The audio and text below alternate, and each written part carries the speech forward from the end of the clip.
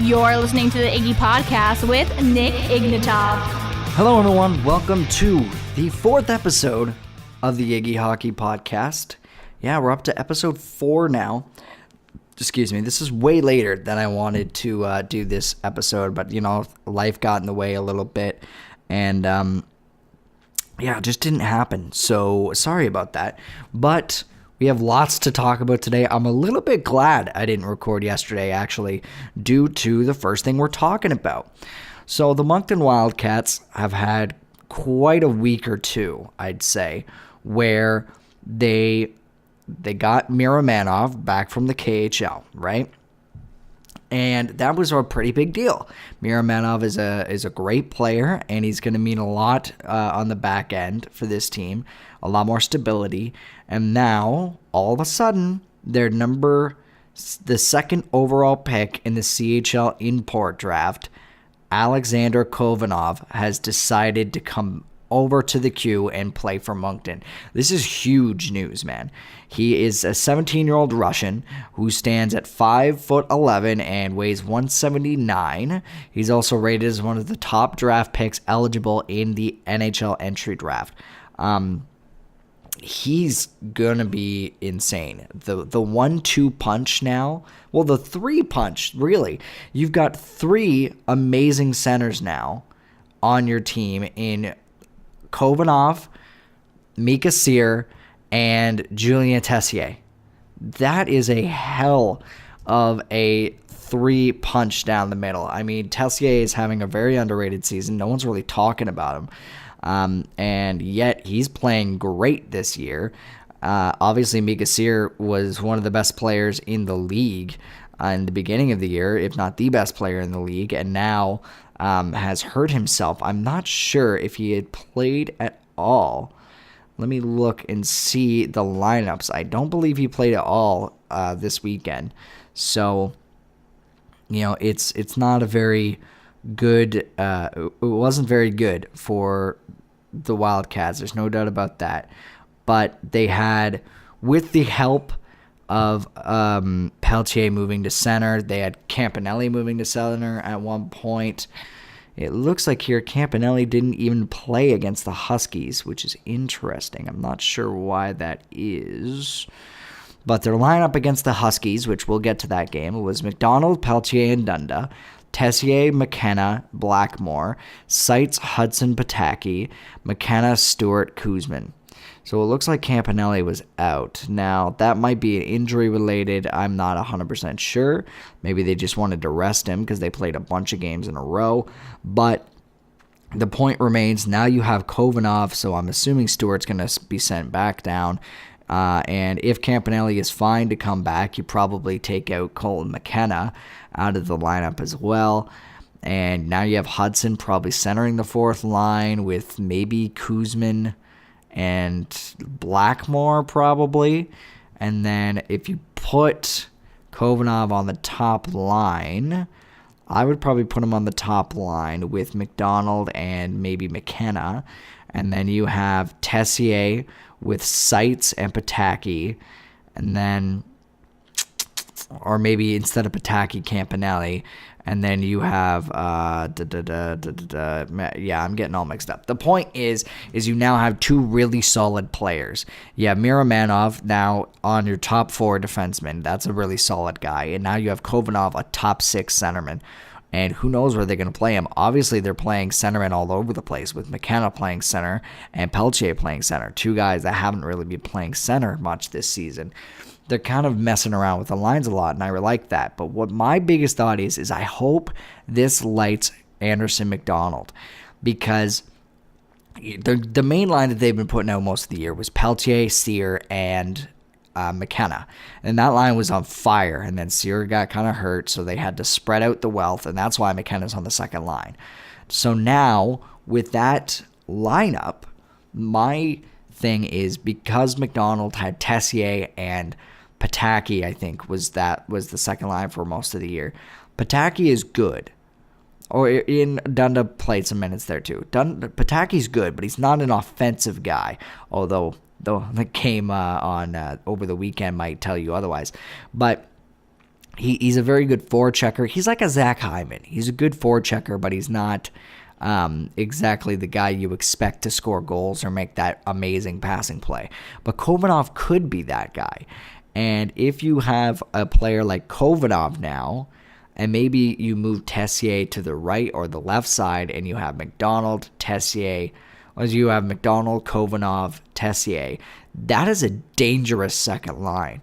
If you've got the first line of Peltier, Sear, McKenna, and then McDonald, Kovanov, Tessier, that is insane. And then your last two lines are just checking lines. Seitz, Pataki, Dunda, Kuzmin,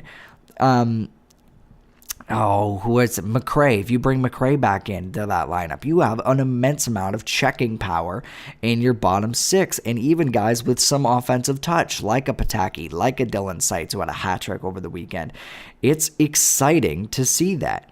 And honestly, I would be very, very excited if I'm a Wildcats fan. I obviously am a Wildcats fan. I'm excited as hell for this because it's such a big upgrade. There was so much sadness the past few weeks because we were doing so bad.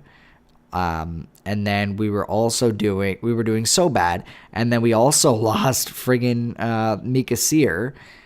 And if I'm looking at the lineup for the night before, by the way, it looks like they put Tessier up in the top six, Blackmore in the top six, Campanelli centered the fourth line, which isn't a fourth line at all. So maybe Campanelli got hurt. Yeah, it seems like they're kind of messing around with a lot of the lines and just figuring things out. But I hope it works because there's plenty. This is obviously a lot of talent. The problem now is going to be to gel it all together. That's going to be the tough part, is gelling it all together. You haven't had a steady team for a very long time. So hopefully this will help out. And I'm pretty sure they're going to lose Lecoutre because Lecoutre is going to, he's working, he's going to the World Junior Selection Camp for Team Switzerland. So congrats to him for being there, and I hope he makes it, and I hope I get to see him playing the World Juniors because I'm incredibly excited about the World Juniors this year. Hopefully Kovanov is amazing, and we get to see a real upgrade in the forward ranks. Two things. They played 2 games this weekend. On Friday, I will not be there, unfortunately. On Saturday, I will be there, so I can update you guys a bit about what happened in that game, and I'll watch the highlights for Friday's game. Friday's game is the Teddy Bear Toss. Head on out down there. That would be a huge deal. Teddy Bear Tosses are always the best, and it always means a lot. Great thing to donate to. It's for the Blue Cross, it looks like. And then Saturday night, the one I'm going to, I'm so excited. It's Star Wars weekend. And that's really excited. It's also our Christmas food drive, and Sportsnet will be televising the game. So that'll be really, really cool. And I'm looking forward to that. Should be a fantastic weekend for Wildcats fans, and hopefully you'll head on out. So what else do we have today? Well, I wanted to talk a little bit about a few things NHL. It's just a few tiny things. The main one is I wanted to talk about John Tortorella because Columbus got stomped by the Oilers 7-2 last night. And look, Columbus is the third best team in the East. 39 points in 31 games. Number 1 in the Metro Division, which is arguably one of the most competitive divisions in the league. And yeah, they lost a game pretty bad, but he literally came out and he said, "There's nothing I have to say about this game, so have a great night and bye." And that was the press conference. Like, that was it. He didn't answer any questions, and it was pretty bad. But, it's just like, I get it, and I get the frustration. I'm like that when it comes to NHL games, man. If I'm playing a game online with my buddy, I'm just like, all right, we're not talking about that game. We're moving on. Like, it's over. Stop talking about it. I get the frustration, and he's obviously a very hot-headed guy. Hopefully he'll cool off before their next game, and they'll make it count, because Columbus is a damn good team. And them losing 7-2, it happens sometimes. It happens to all of them. The next thing I wanted to talk about was the Senators. How the hell did you lose to the Sabres? How? And I watched the highlights, and it was bad, man. That Benoit Pouliot goal. Wow, words are hard. He deked out everybody, and this is Benoit Pouliot. Like, he's not good, and he just makes everyone look stupid. And Mike Condon looked bad on that goal, and that sucks, because I like Mike Condon. I think he is such a good backup goalie. Honestly, if the Penguins somehow found, like, it's impossible for them because they had Fleury and Murray, but last season, if they had a way to, like, keep Condon, they would have been fine this year with Murray going down. Like, Condon, like, kept Ottawa alive during Anderson's falling out and everything, so, like, it's crazy. And Ottawa right now is really having trouble in every department, and I am going to get more into them a little later, so we will make sure to talk about them in a little bit. Now, we're going to get to the segment that everyone is waiting for, everyone's favorite segment. It's the GD Move of the Week. It's the GD Move of the Week. Bum, bum, bum. This week for the GD Move of the Week is not one I want to do. It's not one I like doing, but there's two things I want to address, and my GD Move of the Week goes to Mike Babcock. For those of you that don't know what the GD Move of the Week is, it is the grocery divider move of the week. What that basically means is, what's more useless than a grocery divider? You have one job, and you don't really need to be there anyway. The point is, I'm not saying Mike Babcock is useless. I'm just saying he's made a few dumb decisions. One of which is Connor Carrick not being in the lineup and Roman Polak being in the lineup. I'm pretty sure I saw a stat the other day that said, with Connor Carrick in the lineup, the Leafs are 13-3. With Roman Polak in the lineup, they are 6-6. Now, again, that's just me quoting a tweet. I don't remember it. Like, that's me quoting a tweet by memory, by the way. So that's just a thing. But, like, if that's not a clear-cut sign that you can't win with this player. And I was watching some of the game. Polak is just an idiot when it comes to taking penalties. Constantly. And why does he take penalties? Because he's too slow. He can't keep up with anybody. At least Connor Carrick, he can skate. But Polak, you can't trust that he can keep up with guys anymore. And it just bugs me. It's like, I feel like, when you're yelling at the TV for them to do a thing. Everyone does it on the power play. Every power play I can just hear the people at home going, shoot! And you can hear it in the arena. My grandma's really bad for that. She does that all the time. But, like, the point is that you need to, like, I don't understand why Polak is still in there. If he's a good locker room guy, that's fine. Rich Kloon is a great locker room guy for the Marlies, but I'm pretty sure he doesn't play every night because he's not always the best option. Polak can be the best option in some cases. There are some teams that are very physical, and yeah, maybe I take Polak over Connor Carrick in those situations. A team like Edmonton that can skate like the wind, if you have Polak against Connor McDavid, you already saw what happens. He gets like 4 penalties in a game because he can't keep up with that kid. He can't. Stop making him try. And look, it's Mike Babcock. He's stubborn as hell, and he has every right to be stubborn as hell because he's usually right. He's usually right. So, am I a hockey coach? No, I will not pretend to be. But the stats clearly show that Connor Carrick is better. The eye test clearly shows that Connor Carrick is better. So why does Babs keep putting Polak in? That's all I want to know. Another thing I wanted to point out, the bench minors are ridiculous. Why does this team keep getting too many men? It's just something they have to figure out. And it bugs me. So let's get right into the Leafs talk from there. This team is scaring me a bit. I watched some highlights, and what scares me about this team is they're getting outshot every single damn night. And it scares the bejesus out of me because I've seen this movie before. I saw it in 2013. I saw it with the Avalanche. It was either 2013 or 2012. They had the same exact problem. They get outshot every night, and every shot they take goes in the damn net, and everyone thinks they're the Holy Grail, and then they just get decimated the next season because they fall down to earth. I am so scared that the Leafs are that it's not even funny. I'm terrified. My thought on it is that I pray to God that it is just because they're a young team that makes a lot of mistakes and that has not fully found their gel yet. Because I think this team is incredible. I really do. Do they have a chance to win the Stanley Cup?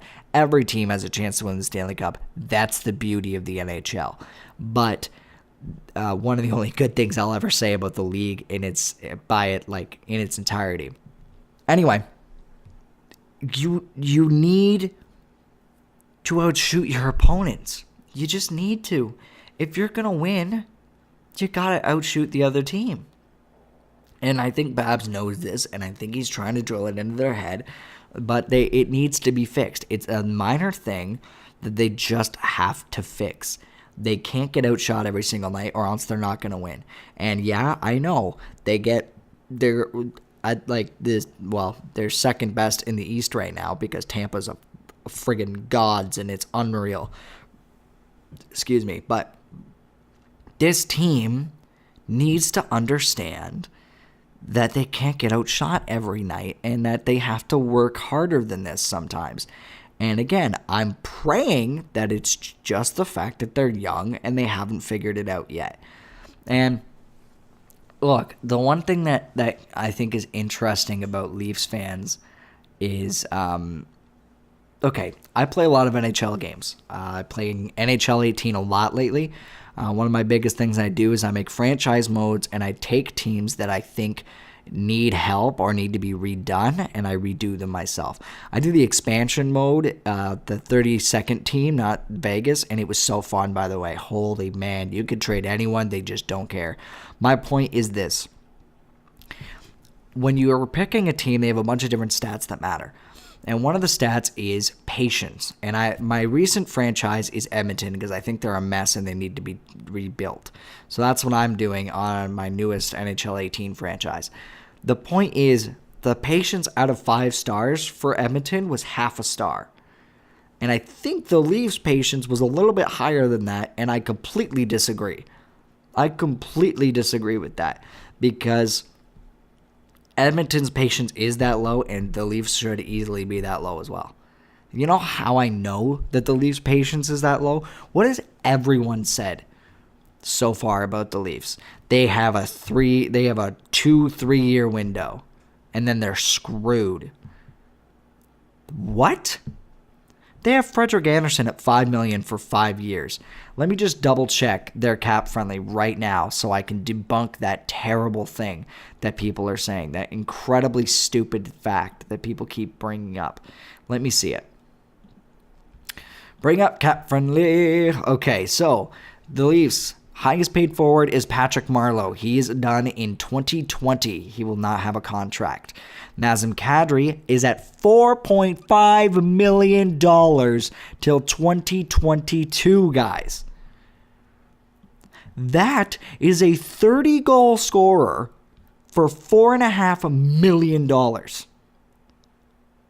And one of the most important players on the team. Didn't they say that the cap's going up to like $80 million next year? That's like an extra $7 million, I think they said. An extra $7 million. And you get Nazem Kadri at 4.5. That's insane. It's insane, and that's going to be one of the biggest steals It already is one of the biggest steals. They had him. I'm pretty sure they had him at 4.5 last year, and he scored 30 goals. Nikita Zaitsev is another great example. He's under $4.5 million for God knows how long.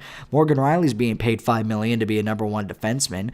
Friggin' Jake Gardner's being paid $4 million.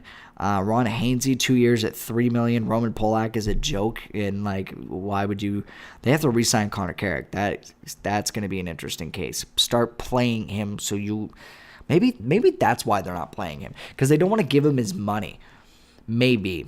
I don't know. But my point is that they have a lot of players under contract for a long time, and even if they get William Nylander's contract done, even if they get Nikita Soshnikov's contract done, which I don't even know what he would get, to be honest with you, Sosh, it's got to be $1 million, maybe 1.5. He hasn't done enough to deserve more than that. William Nylander, I mean, if he keeps struggling, his number is going to be around 6. But if he excels to what he was last season, it should be around 6.5 to 7. Dominic Moore's not getting re-signed. Austin Matthews will probably get an extension. You got Austin Matthews, Mitch Marner, Kasper Kapanen, and Josh Levo all eligible for extensions this offseason. If you don't sign all of those guys, I think you're silly. And keep in mind, the Seattle thing is going down eventually. So if Seattle pays more money than Vegas did, the cap's going up even higher next year. The cap's going up even higher, right after that. So it's huge for this Leafs team if the cap is higher than this. And also keep in mind that they're going to be, you got Lupul off the books, you got Fair off the books. Marinson is going to have to get re-signed. He probably won't. Calvin Pickard's going to have to be re-signed. I think they'll sign him. Miro Aaltonen, Freddie Gauthier, Kirby Reichel, Renat Valiev, Andreas Johnson, Colin Greening, Ben Smith, and Justin Hall. So there's a lot of guys they have to make decisions on. But my point here is, guys, is that they have a really long window. Tyler Bozak is good, okay? But he's not. The window doesn't close because Tyler Bozak and James Van Riemsdyk are gone. They're still going to be fine without those guys. And now with this leap forward that the cap is taking, they're going to be able to keep Matthews, Marner, and Nylander. There's no way they're not. How would they not have the money for that?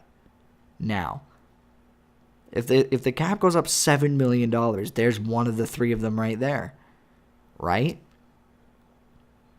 So I don't understand what this window is that everybody's talking about.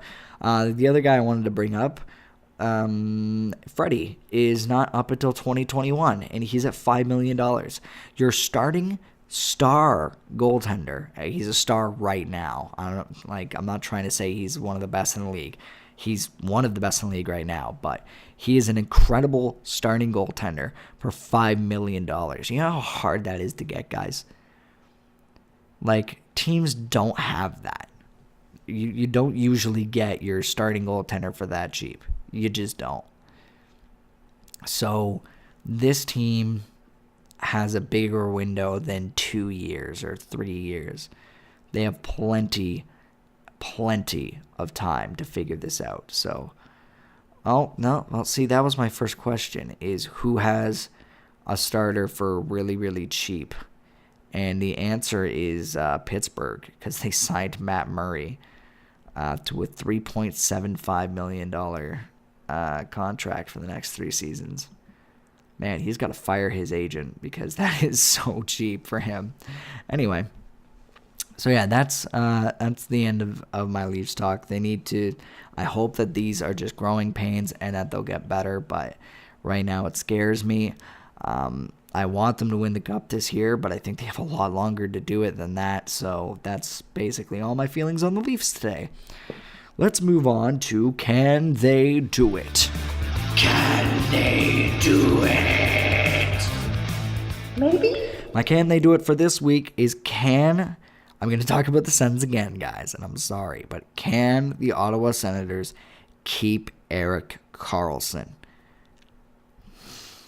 Now, my answer is no. Okay?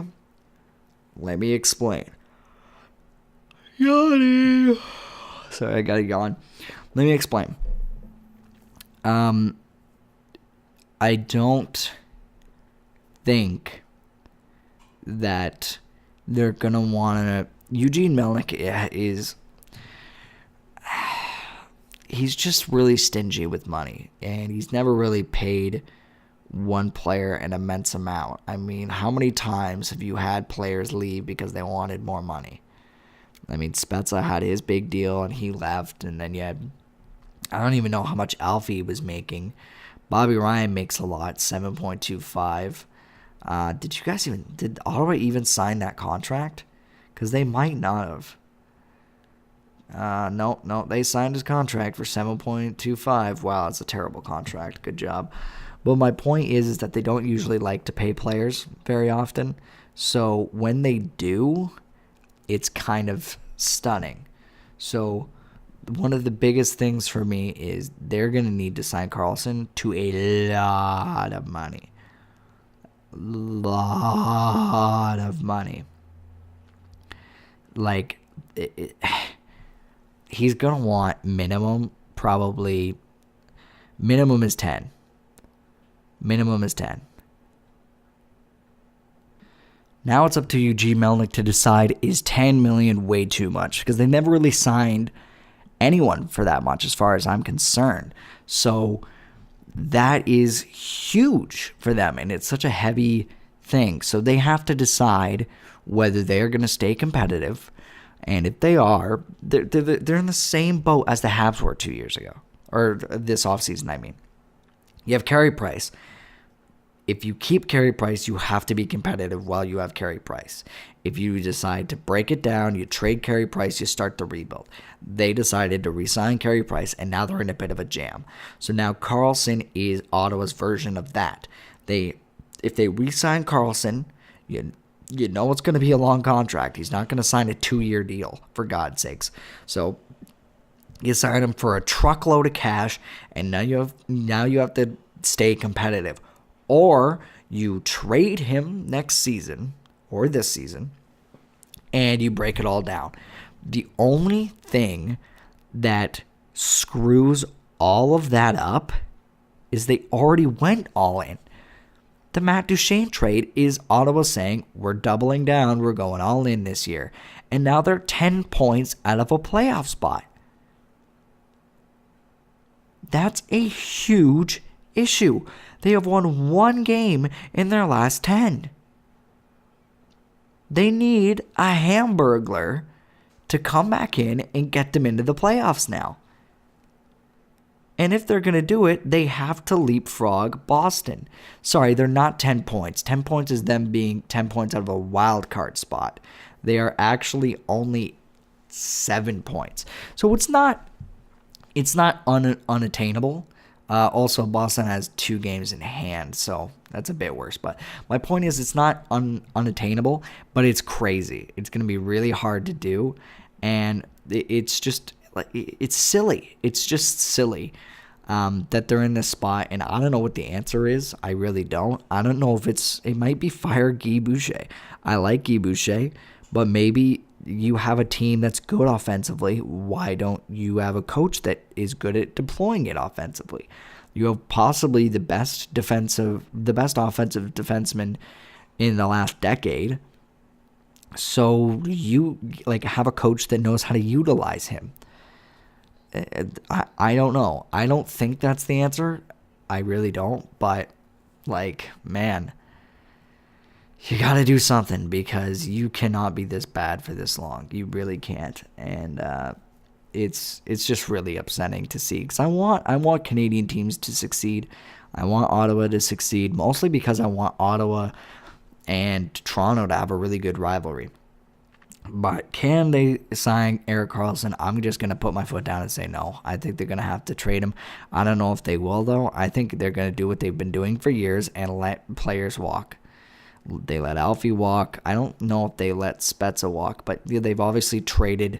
Pretty much all their stars have left them, which is really sad. that's the one thing I would feel really bad about if I was a Sens fan, is that most of the people that you will worship and love will left you, except for Chris Phillips. Like, he's like the only one, and Chris Neal, but really, you know what I mean? So, big breaking news. The KHL Board of Directors has decided to let athletes go to Pyeongchang. So that's huge news, especially for Team Canada, because a lot of Team Canada's good players are in the KHL. Because the NHL is not going. Don't take that out of context. So yeah, that's a huge news for Team Canada, because we were really nervous that how the hell are we going to build a roster without KHL guys, and it doesn't matter now because there are KHL guys. So hooray to that. That is very, very good news to hear. And I'm excited now, because now the Team Canada is probably going to stay competitive. The idea that we might not have the KHL or the NHL go to the Olympics would have been terrible, man. It would have been so bad. But good on them. It's big news, and I'm happy for it. I'm really happy. So I'm gonna end the podcast here. I gotta do a little bit of a plugging here, though, because I started uploading the podcasts on SoundCloud, but SoundCloud has very specific rules now because they need to make money. I get that, where you can only upload so much on there per week or per month. And I already exceeded the limit because I've been trying to upload 2 podcasts a week. So I have decided to move my podcast over to mine and my girlfriend's YouTube channel, O&I Gaming. It is a Let's Play channel, but we have like a trifecta of projects. We have my hockey podcast that you're listening to. We have Sarah's makeup channel, which she does herself. And then we have our Let's Play channel, which is both of us. And we put out Let's Play videos. We're playing Doki Doki Literature Club right now, The Legend of Zelda. So if you're a big gamer nerd, definitely go on there. I do have an NHL 17 BGM. It's not great, though, but it's up there if you want to watch it. My point is that I'm going to be uploading stuff there where I have free reign to upload every single week. There's going to be no video because I don't have video. My best, and I'm in a robe right now, so putting like a webcam on me would be stupid. So I'm just going to put the picture for the podcast up with this audio every week. It's going to be there from now on. All right, so that's pretty much all I have to say for today. And that's the end of the 4th Iggy Hockey Podcast. So thanks for listening, guys. See you later. Thanks for listening to the Iggy Podcast with Nick Ignatov. Make sure to follow him on Twitter for all the latest updates.